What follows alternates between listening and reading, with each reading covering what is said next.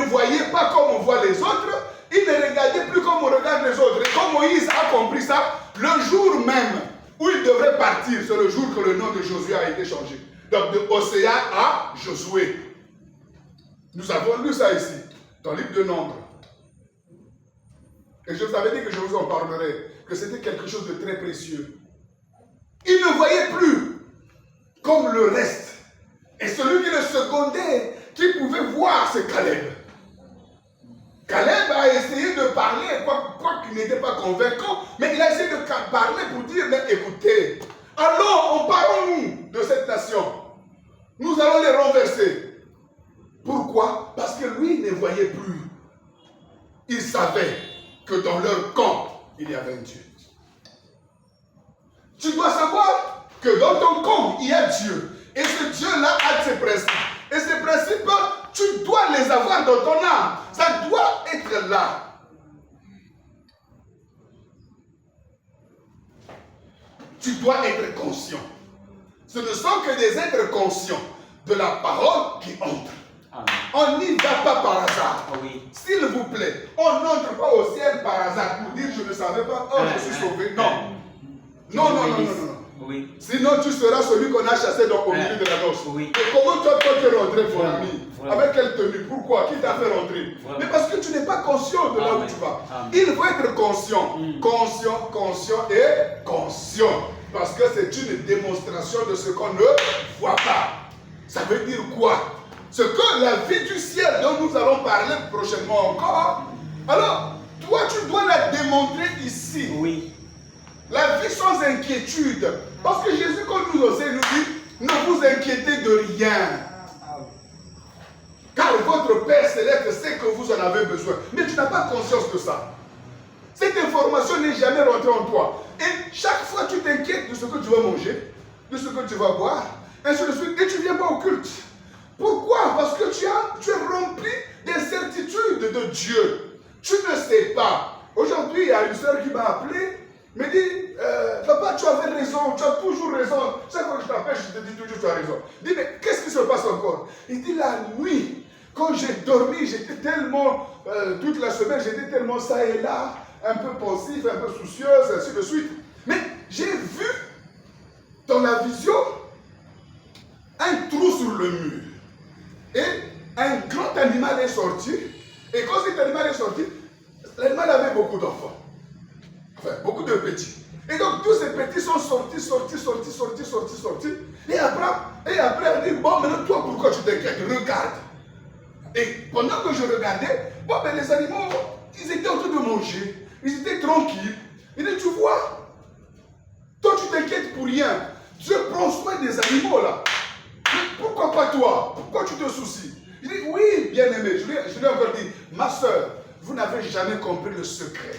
C'est la conscience. Quand tu es conscient que Dieu prendra soin de toi, tu ne t'inquiètes plus, tu ne te soutiens, tu ne te soucies plus. Tu te soucies de tes enfants, de ton avenir, de tout ce que tu es. Parce qu'il n'y a aucune conscience de Dieu capable de prendre soin de toi. En toi, il n'y en a pas. Cette information n'est pas encore oui et amen en toi. Quand ça deviendra oui et amen, bien aimé, moi je vis ça tous les jours. Je dis souvent à ma femme, Dieu pourvoira. Je peux passer toute la journée, 2 jours, 3 jours, je ne sais pas qu'est-ce qu'on va manger, et pourtant. Mais après je dis non, calme-toi. Dieu pourvoira, mange. Moi je ne calcule pas, mange, Dieu pourvoira. Parce que je sais qu'il prendra soin de moi. Ce n'est pas à cause du salaire. Le salaire c'est quoi? C'est quelque chose qui peut finir en 1 seconde. Même si c'était 1 million de salaire ou 2 millions. Si Dieu veut que ça finisse aujourd'hui, là, il crée une situation, c'est parti. Maintenant, vis, on va te regarder. Vis la parole, on va te regarder. Alors, la vie à la parole n'est pas liée à votre travail. Si tu penses que la garantie que tu as, c'est ton travail, tu n'as rien compris, tu n'as pas encore la foi, tu es loin de la vérité. Je vous bénisse, c'est ça. C'est la parole. Donc, ta conscience doit arriver au niveau. Je vous parle comment fonctionne l'âme, bien-aimé. N'oubliez pas que l'âme fonctionne comme ça. C'est l'information, oui, que tu lui donnes. C'est pourquoi Paul dit, si une trompette, si quelqu'un, un homme, annonce une trompette floue, comment les gens se prépareront-ils pour la bataille? C'est-à-dire que si tu donnes des informations floues à ton âme, parce que c'est toi qui dois donner les informations. Et quand tu les donnes, tu les conscientises. Tu les rumines. Et en les ruminant, tu dois aller effacer d'autres connaissances. Parce que le monde sait que quand tu manques, tu dois t'inquiéter. Tu dois chercher, tu dois farfouiller par-ci, par-là. Le monde le sait. Mais le croyant sait que nous cherchons le royaume et la justice de Dieu. Et le reste nous sera donné par-dessus. Donc quand je viens à manquer, je sais que Dieu interviendra. Je fais d'abord sa volonté. Maintenant, si ce jour-là, malgré que tout ça, rien n'est venu, mais à chaque jour suffit sa peine. Pourquoi je ne veux pas assumer ma peine du jour? Mais cette peine peut être manquer de sommeil. Pourquoi tu dois dormir tous les jours?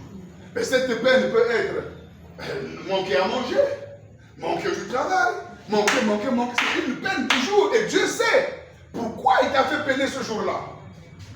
Le problème, c'est de comprendre que tout travaille pour le bien de ceux qui aiment Dieu. Il y a des écritures phares. Quand vous les prenez et que vous vous y mettez dedans, Dieu est maître des temps et des circonstances. Ça, c'est des écritures que j'ai toujours dit à ma femme ici. Là. Chaque situation, depuis, il ne comprenait pas pourquoi je lui disais toujours ça. Et je lui disais, chaque chose a son temps. Parfois, elle peut prendre ça dans l'adversité. Pour dire, bon, chaque chose a son temps, frère. Oh. Mais moi, je te le dis, ce n'est pas parce que tu as un temps pour la guérison, ou un temps pour la vengeance, ou un temps pour faire des farces. Non, je dis chaque chose a son temps, parce que Dieu gère mon temps. Je ne le dis pas comme ça, je le dis parce que moi, en le disant, je sais que mon temps à moi, c'est Dieu qui le gère. Et donc, il me fait faire chaque chose à son temps. C'est pourquoi je le prononce. Maintenant, de manière universelle, chaque chose a son temps. Dieu accomplit chaque chose sur la terre aussi en son temps. Parce que l'écriture, il ne faut pas prendre l'écriture pour prendre. Mais il faut le prendre et le placer dans son contexte et dans sa réalité. Afin qu'il bénisse ton âme. Sinon, il détruit ton âme.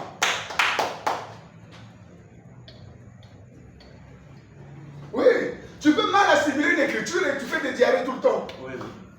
Et pourtant, c'est l'écriture.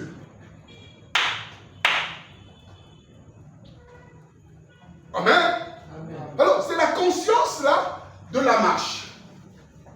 De cet athlète, de cet hébreu, de ce croyant, de ce Paul, voyez, que nous devrions avoir, ayant les yeux fixés sur la couronne, sur la rémunération. Nous savons que l'étape le plus élevée, c'est la couronne.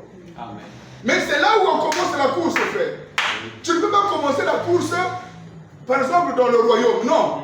Tu commences la course de la couronne, c'est-à-dire l'objectif. Donc ta pensée est dans la couronne. Donc tu es déjà la couronne. Et donc tu cours jusqu'à ce que tu arrives là où il faut avoir la couronne. Tant que tu cours sans avoir la pensée de la couronne, tu ne vas pas bien courir. Donc le lieu le plus élevé, c'est la couronne. Et c'est là-bas que commence la marche. Je commence ma marche dans le désir d'entrer au ciel. Je commence ma marche dans le désir d'être l'épouse de Christ. Je commence ma marche dans le désir d'être enfant de Dieu.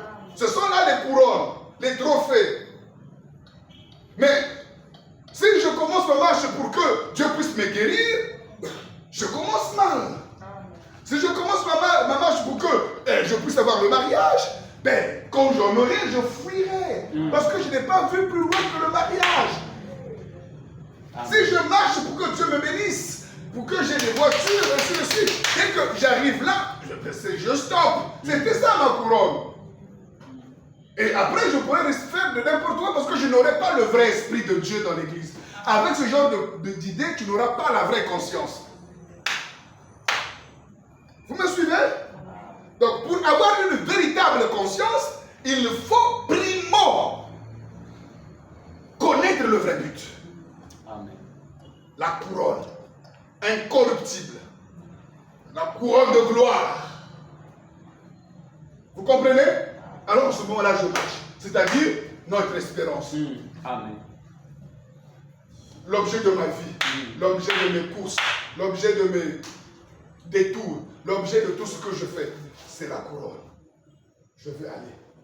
Je veux rencontrer le Messie. Je veux le voir tel qu'il est. C'est marche. Alors en ce moment-là, quand je viens au milieu des saints, c'est en conséquence.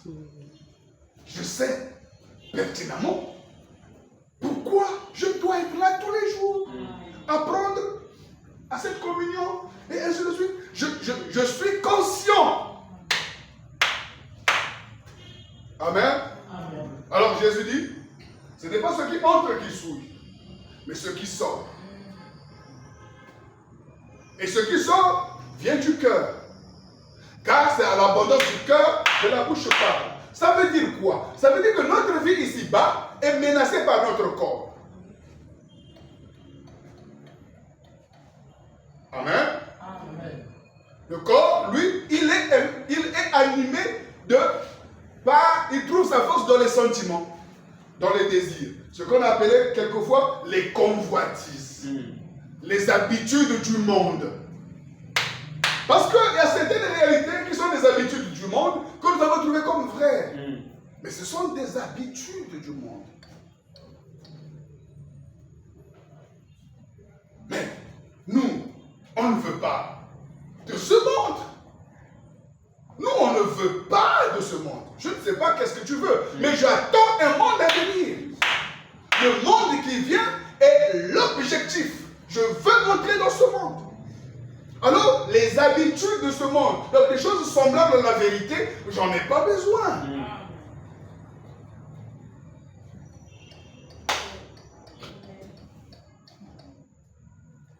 Vous comprenez?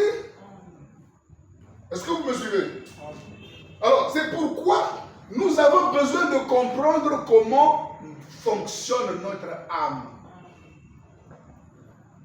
Pas plus tard que l'homme de Dieu Timothée a lu ce verset, je l'ai lu également. Ça doit être dans le livre de... Bon, je le cite. Achevons notre sanctification par la pureté, par la piété, si vous voulez, la sanctification, la pureté du corps, de l'âme et de l'esprit. Oui. En se purifiant, nous faisons quoi? Nous achevons notre sanctification. Donc, en notant toutes les souillures du corps, de l'âme, vous comprenez? Et de l'esprit. Finalement, la force qui devrait nous apprendre à vivre la parole, c'est la force de notre âme. C'est-à-dire, lorsque le Créateur, lorsque l'Esprit de Dieu vient, alors l'objectif qui vient, c'est quoi? C'est apprendre à ton âme à obéir. Et c'est l'obéissance là qui fera de toi la parole. Obéir veut dire manger la parole. Quand tu obéis à la parole, ça veut dire que tu l'as mangé. Et quand tu l'as mangé, ça fait partie de toi. Désobéir veut dire que tu ne l'as pas mangé. Tu as désavoué la force qui était cachée dans cette parole. Alors, elle ne fait pas partie de toi. Donc, tu dévies la parole. Donc, lorsqu'on désobéit, on ne veut pas devenir la parole. Suivez toutes ces vérités que je vous dis que je n'ai jamais prononcées au milieu de vous. Chaque désobéissance, c'est un recul, un refus à devenir la parole. Et chaque obéissance, c'est prendre l'esprit qui est écrit dans ton âme, cette écriture. Et tu deviendras la parole. Maintenant, quand l'esprit t'est donné, il nous est donné pour nous convaincre du péché. Il convainc qui? Ton âme. Ça veut dire que la force toute puissante, la foi, une démonstration de ce qu'on ne voit pas. C'est-à-dire que l'esprit qui vient en toi te donne une force de vaincre, de mettre en pratique les choses qui t'amènent au ciel et de désobéir aux choses qui t'amènent en enfer. Vous comprenez? Il n'y a pas une force plus s'élever que la force de la pratique de la parole. Amen. Amen. Le Saint-Esprit en toi, s'il ne t'amène pas à accomplir la parole, à pratiquer la parole, ce n'est pas le Saint-Esprit. C'est l'esprit de l'erreur. C'est l'esprit de l'Antichrist. Parce que lui, il s'oppose. Mais l'esprit peut te convaincre. Mais il te convainc. Il te donne la force à l'âme. Mais il faut que l'âme ait la parole pour dire comme vrai, pour dire au corps, peu importe ce que tu vas subir. Mais l'information vraie, c'est que tu es enfant de Dieu. L'information qui est en moi, je ne peux pas commettre l'adultère. Hier, cette parole, c'était sur les tables. Mais aujourd'hui, l'Esprit l'a mis dans mon cœur. Dans mon cœur, dans mon âme. Ça veut dire quoi? J'ai la lecture constamment de mon âme par l'Esprit pendant les épreuves. Et c'est mon âme qui va s'élever contre les impulsions de la chair. Tout ce que le corps désire, et il le désire avec feu. Et il le désire avec insistance. Mais s'il faut souffrir, souffre. Parce que ton âme t'a dit ce que c'est réellement. Que toi, en toi, il est écrit, tu ne voleras pas. C'est écrit. Parce que tu avais permis à l'esprit, et l'esprit te convainc. Convaincre, c'est te donner la force de vaincre du vol. Quand le Saint-Esprit te convaincra du péché, c'est-à-dire il te donnera la force qui vainc le péché. Amen. Ne pensez pas convaincre, là c'est en idée. Non, Dieu n'est pas un idéaliste. Dieu c'est la vie. Amen. Amen. Dieu n'est pas idéaliste. Bien aimé, je ne sais plus qui je suis, mais Dieu m'a fait grâce de me dévoiler tous les secrets de ces choses que je vous parle là. Et si je vous en parle, parce que cela aussi m'a été dévoilé, il m'a parlé. Et c'est pourquoi je vous parle. Pour que vous aussi, vous puissiez comprendre ce combat-là. Parce que si vous suivez la marche d'Israël, il s'agit simplement de ce combat. Ils arrivent quelque part, ils ont faim, ils regrettent l'Égypte. Pourquoi? Oui, oui. Quand j'étais, moi, Likambaboui, quand j'étais, pourquoi tu fais référence? Parce que c'est encore en toi. Cette écriture-là, de quand j'étais là, le quand j'étais là est réellement en toi. Maintenant, la honte, voyez-vous, ne te permet pas d'agir, mais tu as agi dans un niveau, mais tu ne le sais pas. C'est pourquoi Jésus-Christ a dit, le péché n'est pas toujours l'acte, mais c'est aussi l'intention. C'est aussi l'intention. Quand quelqu'un est son frère, est un meurtrier. Quand tu convoites une femme d'autrui, tu as commis adultère. Vous comprenez que le péché n'est plus devenu physique, il est devenu intentionnel, spirituel, donc parfois invisible, mais tu commets. Tu insultes quelqu'un, ben, il n'est pas au courant, mais tu l'as insulté. Parce que tu t'es dit quand j'étais. Donc, c'est simplement parce qu'en toi, tu réunis la vérité de ton âme, ou quand l'esprit te convainc, pardonne, non, tu dis non, Nazalou maté. Mais frère, au cause de la gang, tu vois. C'est l'heure de couper les griffes, de devenir agneau. Amen. Et le Saint-Esprit nous donne la force, frère. La Bible dit qu'il nous aide même par des soupirs inexprimables. Amen. Mais qu'est-ce que nous faisons? Nous nous révoltons. Parce que nous refusons la conscience de la parole.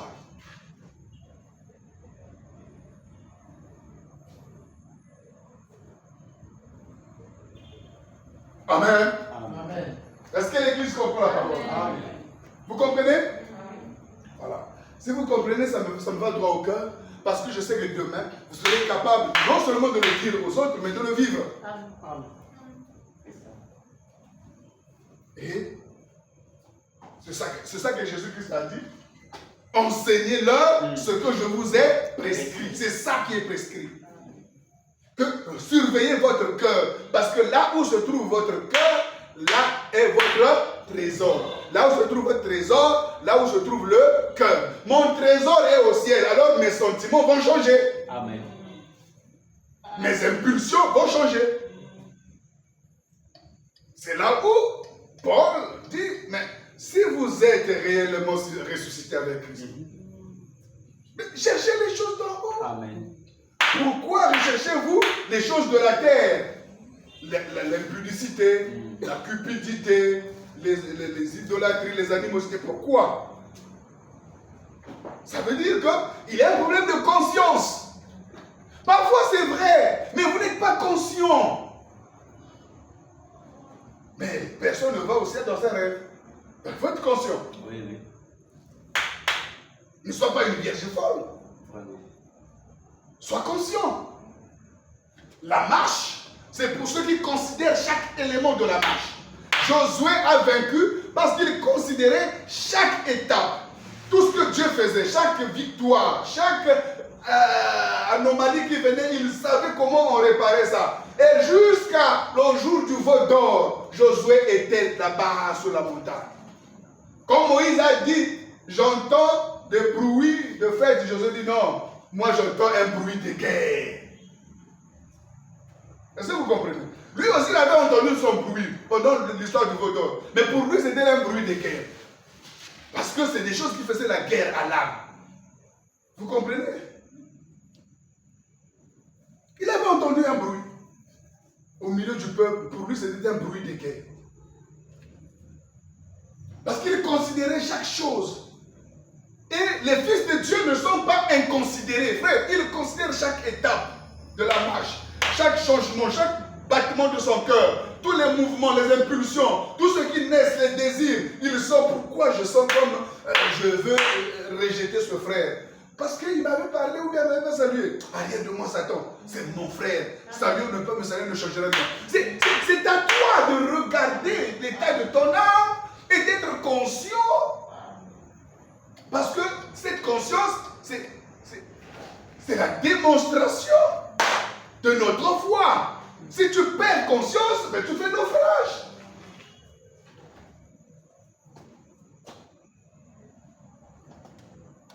Tu fais naufrage à ta foi. C'est pourquoi il ne faut pas perdre conscience. Amen. Amen. Voilà comment fonctionne l'âme.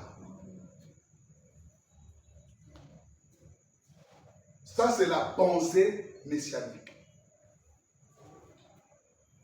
Et je vous avais dit, nous nous présentons la parole non pas selon la pensée des églises, pas selon la pensée hébraïque ou juif, pas selon les rabbins, mais selon le Messie. Amen. Parce que nous savons que le Messie était déjà venu et nous l'attendons revenir nous prendre. Amen. Alors nous vivons dans le goût de le recevoir. Amen. Nous vivons dans l'actualité de s'unir avec lui. Amen. Alors pourquoi je veux parler comme un hébreu ou Vraiment. comme des églises Vraiment. de réveil? Vraiment. Non, je ne peux pas lire la parole de cette manière-là. Amen. Je la lis selon le Messie. Amen. Et selon le Messie, c'est comme ça que fonctionne l'âme. Oui. Achevons donc notre sanctification en notant les souillures de la chair. Mais les souillures de la chair, ben, c'est ce que je venais de dire. Amen. Chaque fois que votre corps agit, pompe les impulsions. Ah, tu es fatigué, dors pour toi. Nous, ce que tu vas dire là-bas, on a déjà dit. Oh, mais le pasteur, il a pour lui voyager, tu vas l'écouter. Voilà. Des choses semblables. Il faut s'enlever. Donc, c'est ton âme, c'est ta conscience pour la marche. Amen. Amen. Très souvent, pour terminer,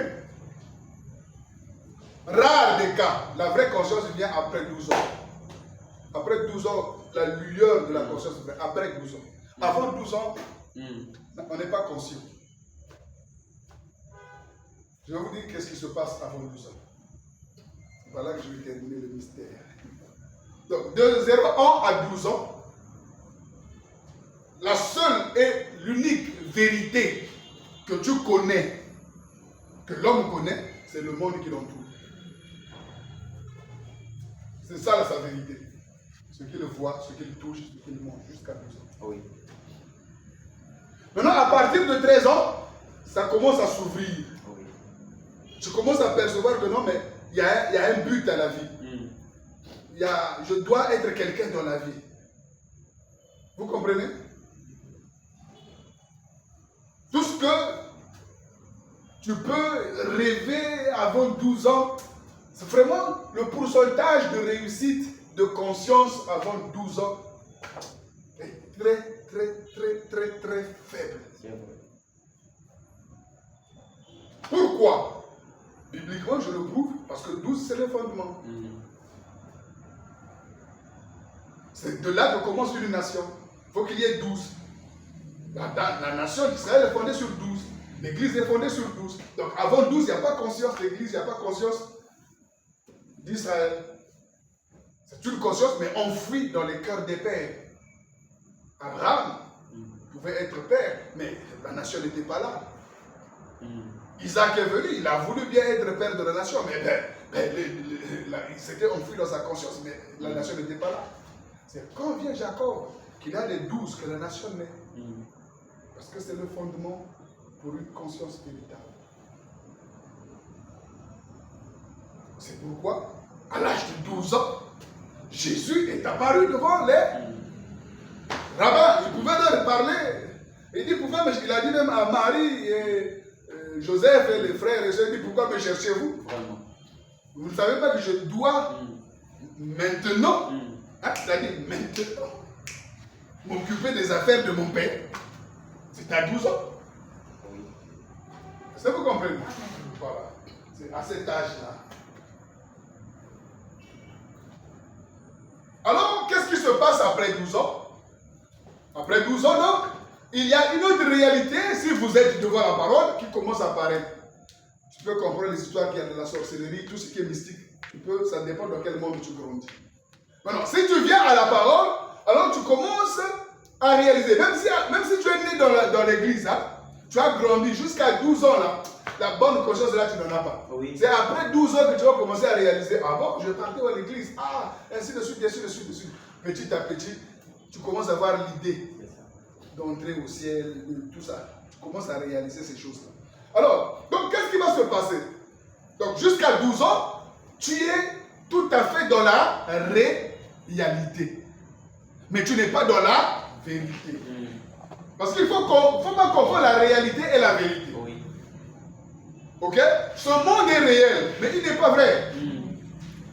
La vérité, c'est le monde qui vient. Amen. Qui n'est pas réel et pourtant. Parce qu'on ne le voit pas. Oui. On ne le touche pas. Dieu n'est pas idéaliste. Amen? Vous me suivez? Amen. Ce monde est réel. La vie que je vis est une vie réelle. Mais ce n'est pas la vérité, cette vie. Parce que dès que je ferme les yeux, qu'est-ce qui va se passer? Toute cette vie meurt. Cette réalité s'écroule. Il suffit que tu meurs. Toute la réalité que tu as vue, le monde matériel, la matière, tout ça, ça s'écroule pour toi. Alors qu'est-ce qui va s'arriver? Ce qui va arriver, c'est que il y a une vérité. C'est le monde qui vient. Vous me suivez? Alors, je prends un autre exemple. Jusqu'à 12 ou 13 ans, la vérité c'est quoi? Tu as un corps, c'est tout. Tu manges, tu dors, tu te réveilles, tout. À partir de là-bas, tu vas apprendre que non, mais en dehors de ce corps-là, il y a quelque chose à l'intérieur. Donc, il y a une réalité intérieure. Mais et pourtant, cette réalité intérieure, tu ne la touches pas. Tu ne la palpes pas. Tu ne peux pas palper ça. Mais, et pourtant, c'est vrai, il y a une âme en toi. Et quand tu meurs, cette réalité repart à la poussière. Ça se détruit. Mais la vérité qui est ton âme, c'est ton tabernacle éternel. C'est le lieu dans lequel tu vas résider éternellement. Amen. C'est vrai, non? Alors, qu'est-ce que tu vas faire? Comment fonctionnent ces choses-là? Tu dois commencer à apprendre à construire ton être intérieur. Je vais terminer par là en lisant l'Écriture. C'est l'Écriture qui termine. Je suis dans le livre de Pierre, le deuxième épître.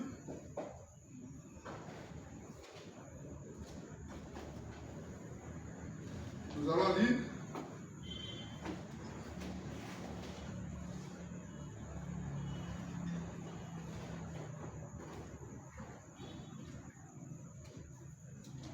de Pierre, chapitre 1.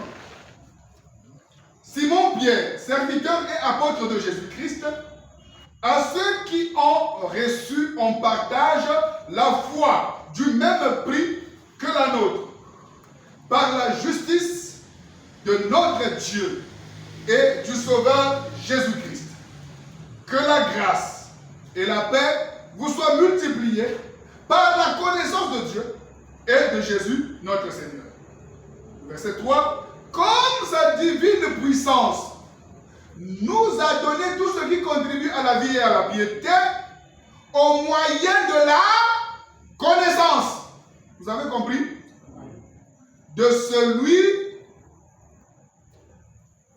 au moyen de la connaissance de celui qui nous a appelés par sa propre gloire et par sa vertu.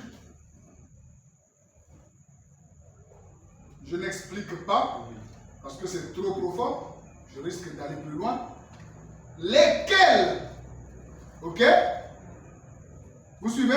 Amen. Lesquels nous assurent de sa part les plus grandes et les plus précieuses promesses, afin par elles vous deveniez participants de la nature divine, en fuyant la corruption qui existe dans le monde par la convoitise. À cause de cela même, faites tous vos efforts pour joindre à votre foi la vertu. C'est ce que je parle. Construire son être intérieur. Ajoutez à votre foi la vertu. À la vertu, la science. À la science, la tempérance. À la tempérance, la patience. À la patience, la piété. À la piété, l'amour fraternel. À l'amour fraternel, la charité. Car si ces choses sont en vous et y sont avec abondance, elles ne vous laisseront point oisifs ni stériles pour la connaissance de notre Seigneur Jésus-Christ. Mais celui en qui ces choses ne sont point est aveugle. Il ne voit pas de loin et il a mis en oubli la purification de ses anciens péchés. C'est pourquoi, frères, appliquez-vous d'autant plus à affermir votre vocation et votre élection, car en faisant cela, vous ne broncherez jamais. C'est ainsi, en effet, que l'entrée dans le royaume éternel de notre Seigneur et Sauveur Jésus-Christ vous sera pleinement accordée. Voilà pourquoi je prendrai soin de vous rappeler ces choses, bien que vous les sachiez, et que vous soyez affermis dans la vérité présente. Amen. Amen. Que Dieu vous bénisse. Amen. C'est ce que le Seigneur m'avait mis à cœur. Nous allons nous mettre debout.